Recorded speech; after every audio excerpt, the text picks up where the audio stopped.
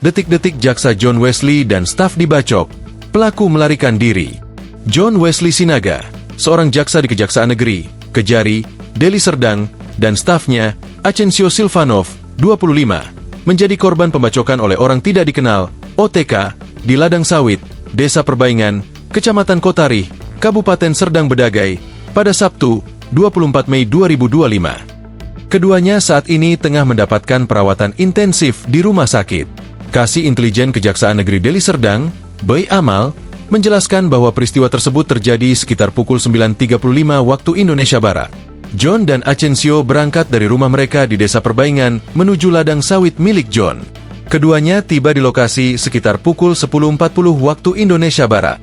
Sekitar pukul 13.15 WIB, tiba-tiba dua OTK datang menggunakan sepeda motor Vario berwarna abu-abu dan membawa tas pancing yang berisikan senjata tajam berupa parang.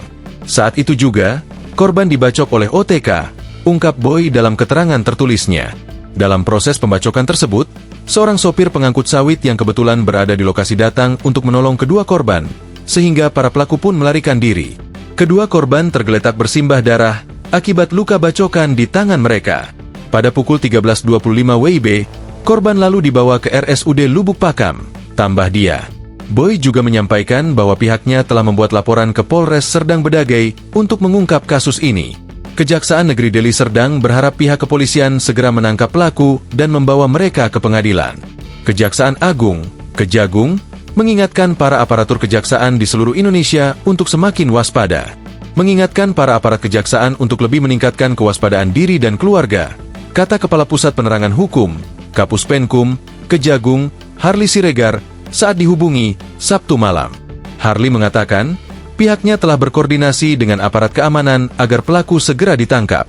Adapun korban saat ini telah dibawa ke rumah sakit setempat dan mendapat perawatan yang intensif. Karena korban mengalami luka serius, ujar Harli.